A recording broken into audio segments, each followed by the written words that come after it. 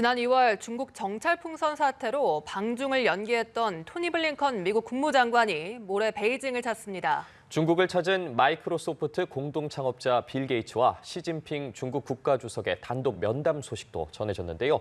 베이징 연결해 소식 들어보겠습니다. 임광빈 특파원. 네, 베이징입니다. 네, 빌 게이츠와 시 주석 면담 소식부터 전해주시죠. 네, 엊그제 SNS를 통해서 베이징 도착 소식을 전한 빌 게이츠가 오늘 시진핑 중국 국가주석과 만났습니다.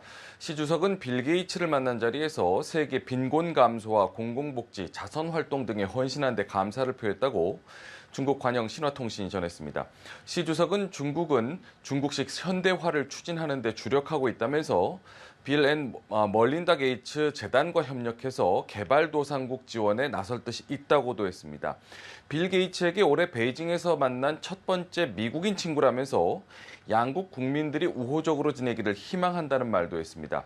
이에 빌 게이츠는 중국이 빈곤 감소와 코로나19 대응에서 세계가 주목하는 큰 성과를 거뒀고 세계의 좋은 본보기가 됐다고 답했습니다. 두 사람의 만남은 지난 2015년 중국 남부 하이난에서 열린 보아오 포럼 이후 8년 만입니다. 시 주석으로서는 코로나19 이후 외국 기업인을 독대하는 것이 처음입니다. 지난 3월 애플 최고 경영자 팀 쿡이 베이징을 찾아서 리창 총리를 만났고요. 테슬라 최고 경영자 일론 머스크가 지난달 말 방중에서 딩쉐샹 부총리 등을 만났지만 시 주석과는 만나지 않았습니다.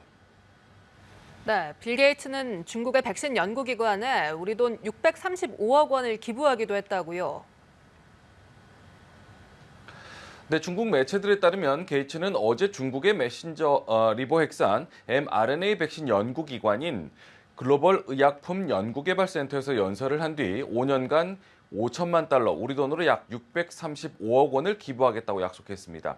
게이츠는 연설에서 지난 4년간 세계는 코로나19 전염병과 기후변화에 따른 악영향 등을 경험했다면서 이와 관련한 대응이 시급해졌고 또 특히 질병과 싸울 더 나은 예방기구가 필요하다고 강조를 했는데요.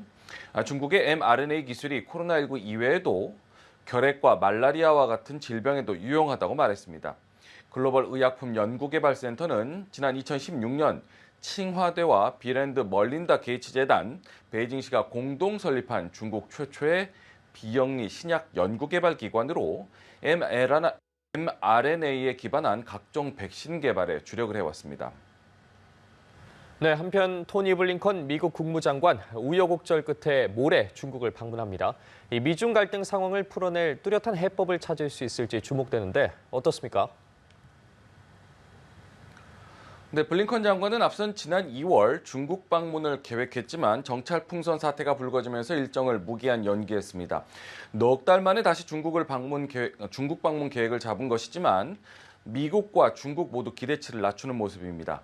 데니얼 크리튼 브링컨 미국 국무부 동아태 차관보는 블링컨 장관의 방중과 관련해 미중이 서로를 대하는 방식을 바꾸거나 어떤 돌파구를 마련하고자 하는 게 아니라면서 많은 결과물을 기대하지 않는다고 말을 한 바 있습니다. 중국 외교부 역시 어제 정례 브리핑에서 블링컨 장관의 방중과 관련한 질문을 받았지만 누구와 무엇을 논의할 것이라는 일반적인 설명도 없이 일정만 재확인하는 데 그쳤습니다. 이런 가운데 중국 매체들은 전문가 인터뷰를 인용해서 조심스런 기대감을 내비치는 모습도 있습니다. 글로벌 타임스는 블링컨 장관의 중국 방문이 양국 관계가 최악 중에서도 최악으로 치닫지 않도록 하는 기회창이 될 수 있다는 전문가 견해를 소개했는데요. 미국이 관계 개선에 대해서 진정성이 있는지는 여전히 불분명하다면서도 블링컨 장관의 방중과 관련한 미국 당국자들의 발언을 보면 미국이 양국 관계가 직면한 위험과 그 관리의 시급성을 인식했음이 분명하다고 평가를 했습니다.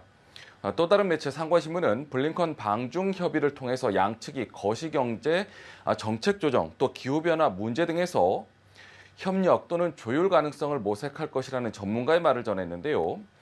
블링컨 방중 이후 양국 간 고위급 교류가 활발해지고 내년 11월 미국 대선 이전까지 양국 관계가 소폭 개선될 가능성이 있다고 내다봤습니다. 다만 미국 국내 정치 상황에 변수가 될 수 있다면서 미중 관계 개선은 가능성이 있지만 낙관할 수는 없다고 덧붙였습니다. 네, 그런데 이 와중에 남중국해에서는 미국 항공모함 전단이 진입해 작전을 수행하고 있다고요.